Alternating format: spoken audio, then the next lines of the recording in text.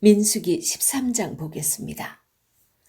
민수기 13장은 하나님께서 약속하신 땅 가나안에 12명의 정탐꾼을 파견하였다가 그들이 다녀온 후에 백성들에게 보고한 그 일을 기록하고 있습니다.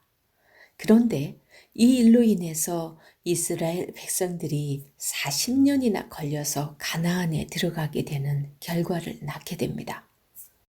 왜 그런 결과를 낳게 되는지 함께 보도록 하겠습니다.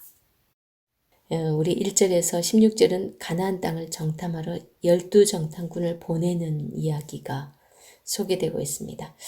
이게 정말 실수 같아요. 신명기에 보면은 모세가 이렇게 한 것은 하나님께서 먼저 시키신 것이 아니라 백성들이 원했기 때문이라고 얘기를 해주고 있습니다. 신명기 1장 19절에서 26절 제가 한번 읽어드릴게요.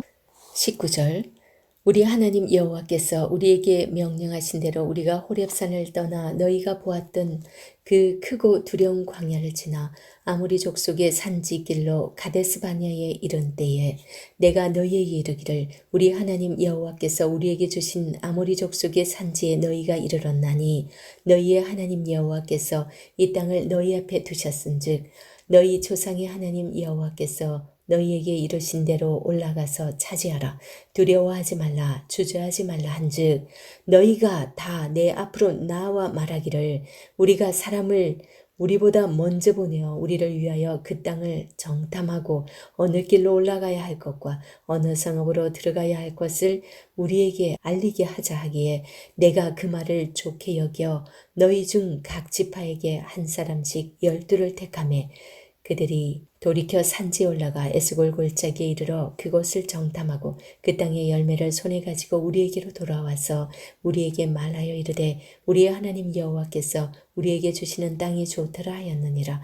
그러나 너희가 올라가기를 원하지 아니하고 너희의 하나님 여호와의 명령을 거역하여 장막 중에서 원망하여 이르기를 여호와께서 우리를 미워하심으로 아모리 족속의 손에 넘겨 멸하시려고 우리를 애굽 땅으로 인도하여 내셨도다. 이렇게 말했다는 거죠. 그러니까 지금 우리 13장에서 민수기 13장에서만 보면 그냥 모세가 이들 다 뽑아가지고 그냥 정탐꾼 보낸 것 같아요. 그런데 보니까 너희들이 와서 먼저 사람 보내가지고 한번 알아보자. 우리가 어느 길로 가. 하나님 지금 알아서 다 인도하시는데 왜 이들이 이렇게 나서서 한 거야? 그래서 이 정탐꾼을 보내는 사실도 문제이고 또 중요한 거는 그래 그까지 그러하니까 하나님이 또 허락했어. 가라 했어요. 가서 갔다 와서 또 보고가 문제인 거죠. 그래서 이제 13장 17절에서 20절에는 정탐 명령을 내리는 게 나오고 21절에서 24절에는 정탐을 수행하는 그런 이야기가 나옵니다. 그런 다음에 이제 25절에서 33절에 부정적인 보고가 나옵니다. 이게 이제 문제가 되는 거죠. 40일 동안에 땅을 탐지하기를 마치고 돌아와. 그러면서 바란광야 가데스에 이르러. 원래 방향을 돌려 행진하여 아모리 족속의 산지로 가고 그 근방 곳곳으로 가고 아라바와 산지와 평지와 네겝과 해변과 가나안 족속의 땅 레바논과 큰 강 유브라데까지 가라. 분명히 말씀을 하고 계시는데도 이 믿음이 없는 백성들은 그걸 보고서 도저히 자기는 메뚜기 같다는 그런 보고를 하잖아요. 10명이, 12명 중에 10명이. 어째 보면요. 눈으로 보는 거는 맞아요. 이 보고들이. 그 10명은 있는 그대로 보고한 거죠. 2명이 믿음의 눈으로 본 거죠. 지금 우리 민수기에서는 모세오경 전체가 그래요. 믿음을 강조하고 있는 거거든요. 믿음이 없으면 육신으로 눈에 보여지는 대로 보고 판단을 하는 거고 믿음의 눈을 가진 사람은 내 뒤에 계신 하나님, 우리의 힘이 아니라 그럼에도 불구하고 그 애굽의 그 강성한 바로를 무릎 꿇게 한 그 하나님을 경험했잖아요. 그럼에도 불구하고 그렇게 하는 이스라엘 백성들입니다. 어찌 보면 광야에서 불평이 절정에 이른 사건이 이 12정탐꾼을 보낸 사건입니다. 왜 그랬냐면 14장 2절을 보면요. 이스라엘 자손이 다 모세와 아론을 원망하며 온 회중이 그들에게 이르되 우리가 애굽 땅에서 죽었거나 이 광야에서 죽었으면 좋았을 것을 이렇게 얘기를 하는 거예요. 그걸 들었으니 하나님께서 얼마나 기가 막혀요. 이제 14장 보겠습니다. 14장에서는 백성의 원망과 그 원망하는 백성으로 인해서 모세가 기도하는 장면이 소개되고요.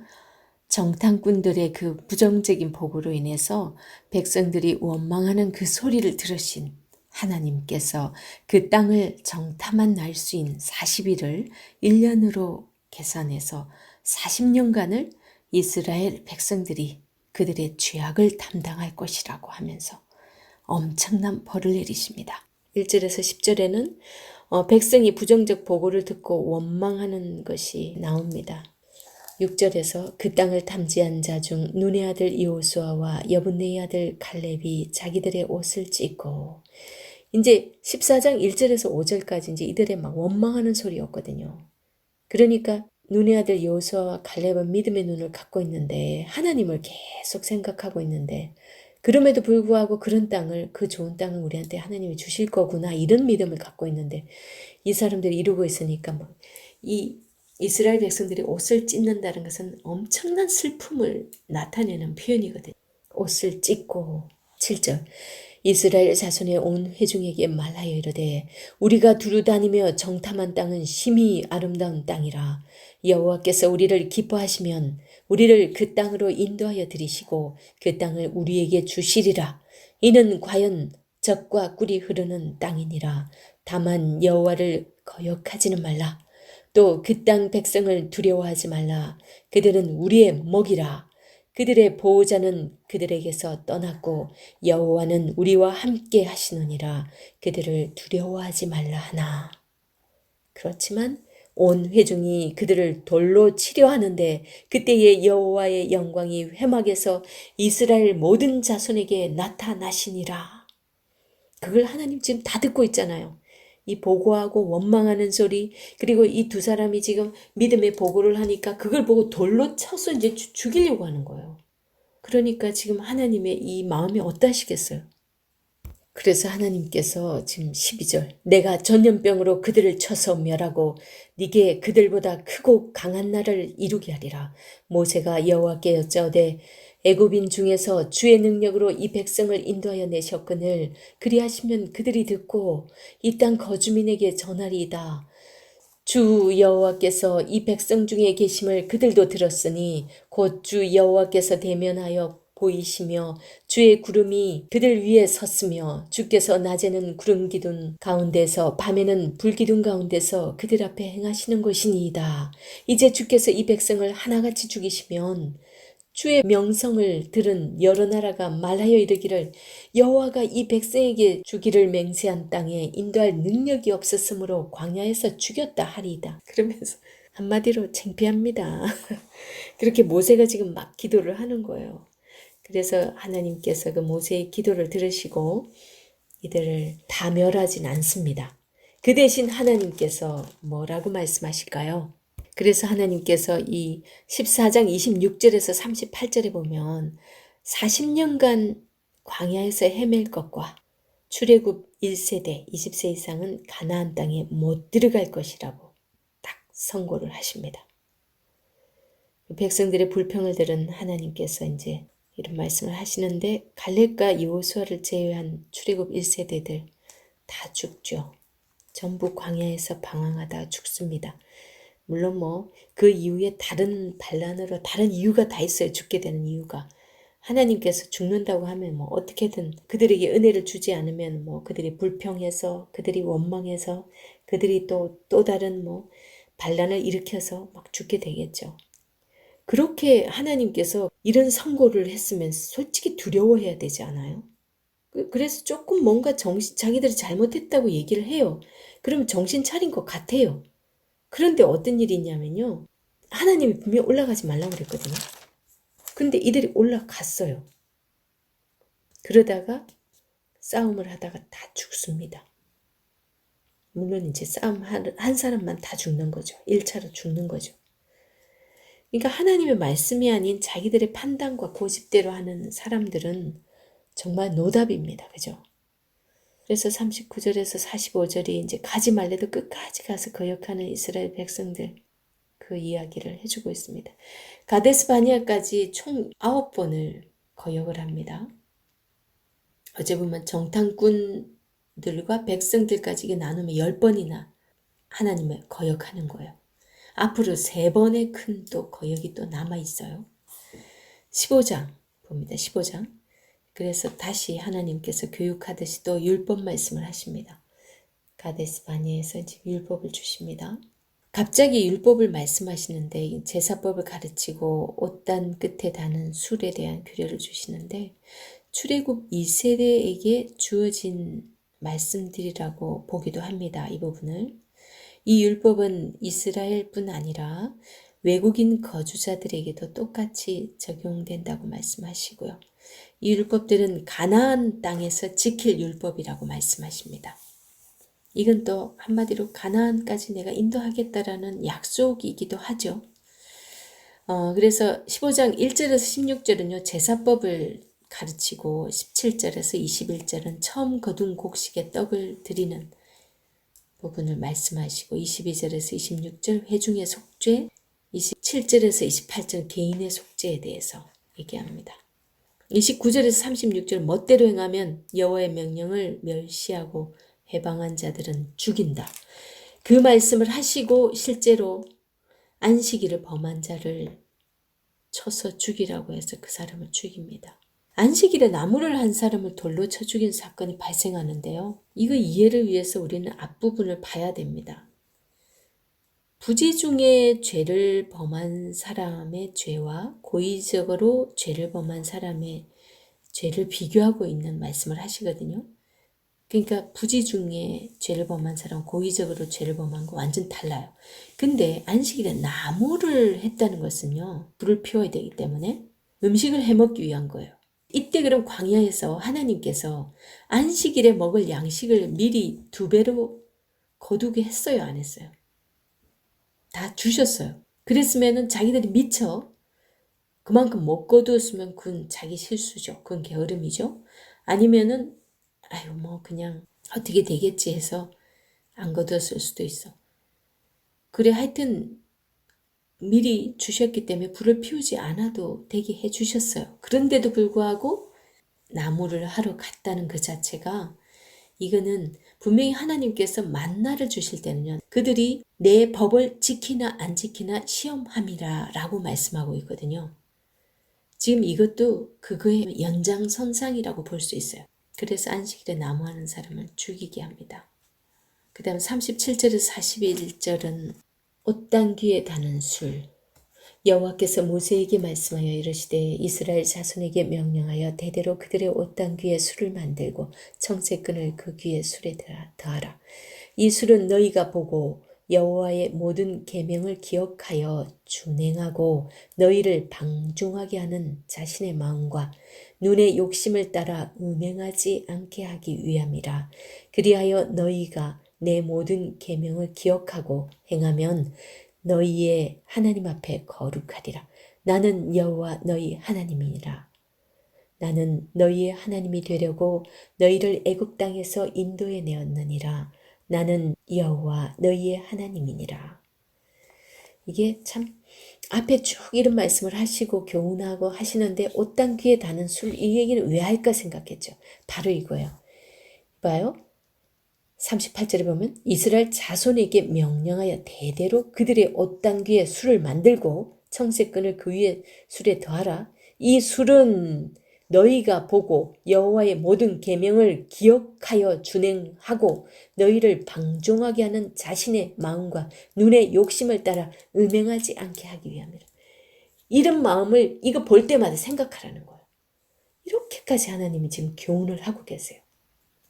그 다음 16장 고라와 다단과 아비람과 온의 족장 250인의 반역 사건입니다. 1절에서 3절은 민수기의 가장 큰 반란 사건인 고라, 다단, 아비람, 온을 따르는 250명 지휘관들이 쿠데타를 일으키는 장면입니다. 이게 얼마나 심각한 거냐면요. 이게 중앙 반란이나 마찬가지인 거예요. 자, 보면은 첫 번째 12지파의 지도자인 정탐꾼 이야기도 이것도 좀 심각해요. 그죠? 그리고 두 번째는 성직자인 레위의 후손 고라, 장자지파 르우벤의 후손, 이들 다 영향력이 있는 250명이 다 영향력이 있는 이제 중앙에서 일을 해야 될 사람들인 거예요. 이들이 반란을 일으킨 거예요. 이 반란 이유가 뭔지 아세요? 모세와 아론 왜 너희들만 지도자 하냐? 우리도 좀 시켜줘라 이거예요. 왜 너희만 담임 목사해? 우리는 그냥 맨날 부목사만 하냐?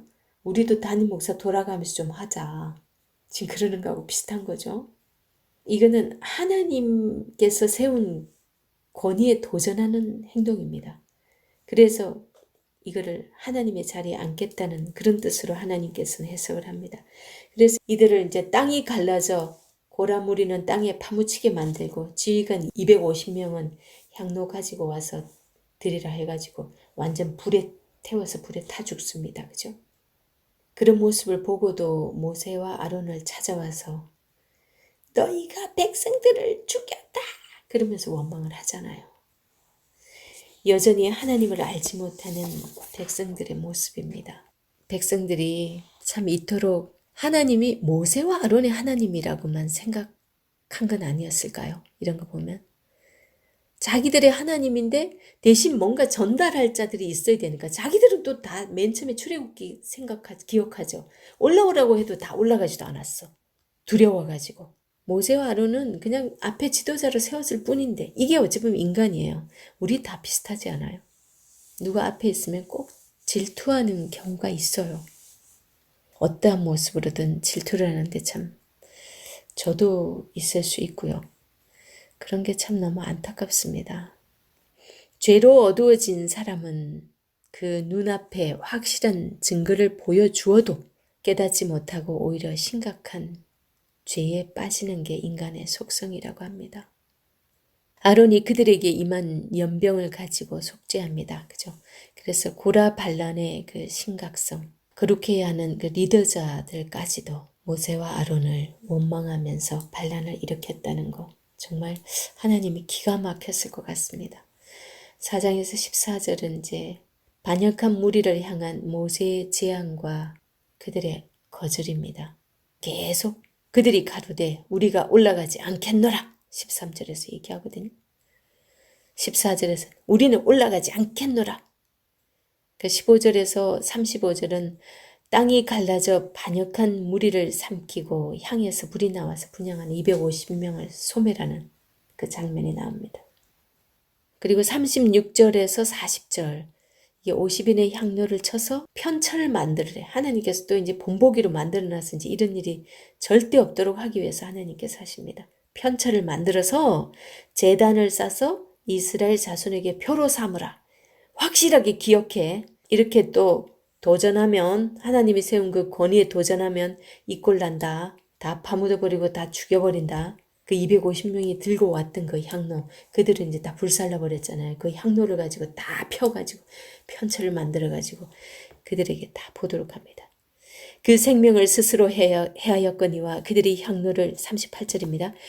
향로를 여호와 앞에 드렸으므로 그 향로가 거룩하게 되었나니 그 향로를 쳐서 제단을 싸는 편철을 만들라 이스라엘 자손에게 표가 되리라 하신지라 39절 제사장 엘르아살이 불탄 자들에 드렸던 놋 향료를 취하여 쳐서 제단을 싸서 이스라엘 자손의 기념물이 되게 하였으니 이는 아론 자손이 아닌 외인은 여호와 앞에 분향하러 가까이 오지 못하게 함이며 또 고라와 그 무리와 같이 되지 않게 함이 위함이라. 여호와께서 모세로 그에게 명하신 대로 하였더라. 그리고 이제 41절에서 50절에는 백성들이 단체로 모세를 치려하는 사건이 있습니다. 그때 하나님께서 징계하시죠. 41절 이튿날 이스라엘 자손의 온 회중이 모세와 아론을 원망하여 이르되 너희가 여호와의 백성을 죽였도다 하고 회중이 모여 모세와 아론을 칠 때에 회막을 바라본즉 구름이 회막을 덮었고 여호와의 영광이 나타났더라. 모세와 아론이 회막 앞에 이르매 여호와께서 모세에게 말씀하여 이르시되 너희는 이 회중에게서 떠나라. 내가 순식간에 그들을 멸하려 하노라 하시매 그 두 사람이 엎드리니라. 이에 모세가 아론에게 이르되 너는 향로를 가져다가 제단에 불을 그것에 담고 그 위에 향을 피워 가지고 급히 회중에게로 가서 그들을 위하여 속죄하라. 여호와께서 진노하셨으므로 연병이 시작되었음이니라. 아론이 모세의 명령을 따라 향로를 가지고 회중에게로 달려간즉 백성 중에 연병이 시작되었는지라. 이에 백성을 위하여 속죄하고 죽은 자와 산자 사이에 섰을 때에 연병이 그치니라. 고라의 일로 죽은 자 외에 연병에 죽은 자가 14,700명이었더라. 연병이 그침에 아론이 회막문 모세에게로 돌아오니라. 그래도 모세가 참 대단하죠. 어떻게든 백성 살리려고 그렇게 합니다. 자, 17장 아론의 쌍난 지팡이입니다. 아론의 쌍난 지팡이가 살구나무이거든요. 그 살구나무가 샤카드인데 확실하다라는 그 의미가요. 샤키드입니다. 너무 비슷해요. 이 음성이. 그래서 언어 유희를 하나님 자주 많이 사용하시는데 굳이 왜 살구나무에 꽃이 피겠을까? 살구나무가 확실하다라는 그 히브리 원어하고 너무 비슷한 거예요. 그래서 하나님께서 왜 자기들만 지금 왜 아론과 모세만 하나님 직접 해서 막 이렇게 대제사장하고 이렇게 하냐. 또 특히나 다른 사람들은 또 막 회막이 무거운 일하고 힘든 일하고 그랬었잖아요. 그러니까 지금 주도권에 도전을 했기 때문에 아론의 그 지도권을 도전했기 때문에 그것을 확실하게 하나님께서 보여주고 싶은 거예요. 그래서 확실하다라는 그 말과 비슷한 살구나무 지팡이를 다 가져오게 합니다. 그렇게 가져왔을 때 그 아론의 지팡이에서만 싹이 돋잖아요. 그리고 나머지 아론의 쌍난 지팡이 외에 11지파의 그 지팡이에는 다 죽어 있었잖아요. 그거는 권위를 상실한 이스라엘의 상태를 보여주고 있다라고 이제 또 주석에는 나옵니다. 고라물이 죽음과 살구남의 기적을 본 그 이스라엘은 정말 공포의 도가니였을 것 같습니다. 그 아론의 권위를 세워주신 사건이 지금 17장인데요. 이제 원망하는 말을 그치게 하시겠다고 하나님께서 말씀을 하시죠. 17장 5절에서 내가 택한 자의 지팡이에는 싹이 나리니 이것으로 이스라엘 자손이 너희에게 대하여 원망하는 말을 내 앞에서 그치게 하리라. 더 이상 이제 입 닫어. 확실히 내가 세웠으니까 어디 감히. 하나님 권위에 도전하는 거죠. 그래서 하나님께서 하시는 일에 우리가 방해하는 일은 굉장히 위험한 일입니다. 우리 18장은 레위인의 직무와 그 11조에 대한 이야기인데 여기까지 하도록 하죠. 제사장 가문의 권위를 세워주신 하나님께서 이제 그 레위인의 복무 규정을 주심으로써 아론의 자손들이 더 이상 실수하지 않도록 도와주십니다.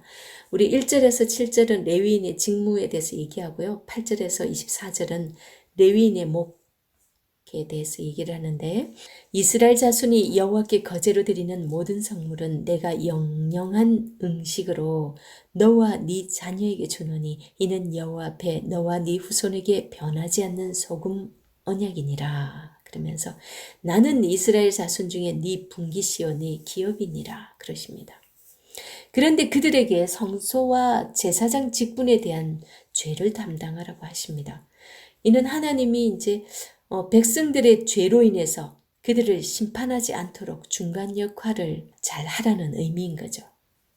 지금 어찌 보면 만인 제사장인 우리가 불신자와 우리 하나님 사이에 그 중간 역할을 해야 되는 거죠. 이 일은 성소와 제단에서의 직무와 하나님과 사람 사이의 제사를 담당하는 그런 일이었어요. 그리고 25절에서 32절은 레위인의 11조에 대해서 얘기합니다. 이스라엘 백성들은 10분의 1을 들여서 레위인에게 주게 하셨어요. 레위인은 지금 땅을 나중에 가면 분배를 못 받잖아요. 가나안 가서. 그들의 그 11조를 가지고 먹고 살아야 되죠. 그 다음에 제사장들도 11조를 내게 하셨어요. 이거는 굉장히 동등하게 취급하신 겁니다. 오늘날의 레위인은 누구일까요? 그죠? 오늘날 레위인은 모든 그리스도인들이라고 볼 수 있겠습니다. 그래서 우리가 해야 될 일은 각자의 삶의 자리에서 죄로 인해서 하나님과 멀어진 사이를 이어주는 그 사명, 그러니까 불신자와 하나님 사이에 그 가교 역할을 하는 중간다리, 중보자 역할을 해주는 그 역할이 우리의 역할입니다. 그 사명을 감당해야 세상이 하나님의 진노를 피할 수가 있습니다. 그 역할이 우리의 역할이라는 거 잊지 마세요.